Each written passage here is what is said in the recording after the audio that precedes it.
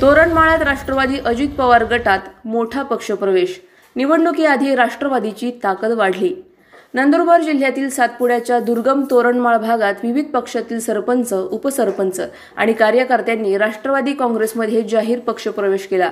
हा भव्य पक्षप्रवेश सोहळा मंत्री माणिकराव कोकाटे आणि जिल्हाध्यक्ष अभिजित मोरे यांच्या प्रमुख उपस्थितीत पार पडला।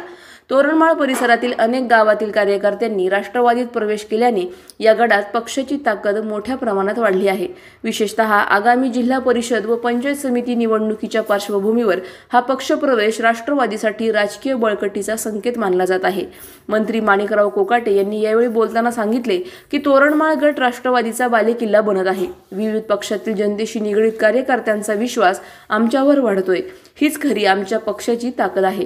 या पक्षप्रवेशामुळे जिल्हा परिषद आणि पंचायत समिती निवडणुकीत राष्ट्रवादी अजित पवार गटाचे उमेदवार विजयी होतील असा आम्हाला पूर्ण विश्वास आहे।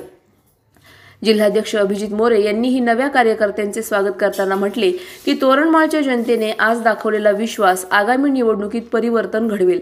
राष्ट्रवादीच्या झेंड्याखाली विकासाचा नवा अध्याय सुरू होणार आहे। या मोठ्या पक्षप्रवेशामुळे इतर पक्षांना मोठा धक्का बसला असून तोरणमाळ व आसपासचा भाग आता राष्ट्रवादी अजित पवार गटाचा बालेकिल्ला होण्याच्या मार्गावर असल्याचे राजकीय निरीक्षकांचे म्हणणे आहे। सलाउद्दीन लोहार, नंदुरबार, न्यूज 24।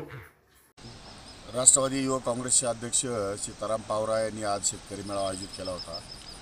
राष्ट्रवादी काँग्रेस पक्षाच्या आदिवासी शेतकरी बांधवांचा त्या मेळाव्यासाठी आलो होतो आणि मेळाव्यामध्ये फार मोठ्या प्रमाणामध्ये तरुण या ठिकाणी सहभागी झाले होते, मुलं मुली, आणि अतिशय चांगला असा मेळावा झालेला आहे। इथल्या लोकांच्या संदर्भामध्ये बऱ्याचशा गोष्टीची अडचण माझ्या निदर्शनास आलेली आहे। रस्ते बरोबर नाही, व्यवस्थितपणे सुविधा नाही आणि खूप पोटेन्शियल तोरणमाळमुळे असूनसुद्धा पर्यटनाच्या दृष्टीने तोरणमाळ फारसं डेव्हलप झालेलं नाही।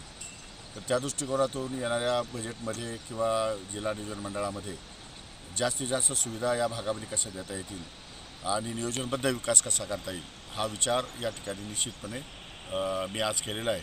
आणि निवडणुका संपल्यानंतर तात्काळ या सर्व कामांना या बजेटला मान्यता देऊन किंवा केंद्र सरकार, राज्य सरकार यांच्या मार्फत निधी उपलब्ध करून या ठिकाणी उत्कृष्ट असं कामकाज करण्याचा माझा विचार आहे। अशाच घडामोडींचा आढावा घेण्यासाठी आजच आपल्या YouTube चॅनलला सबस्क्राइब करा।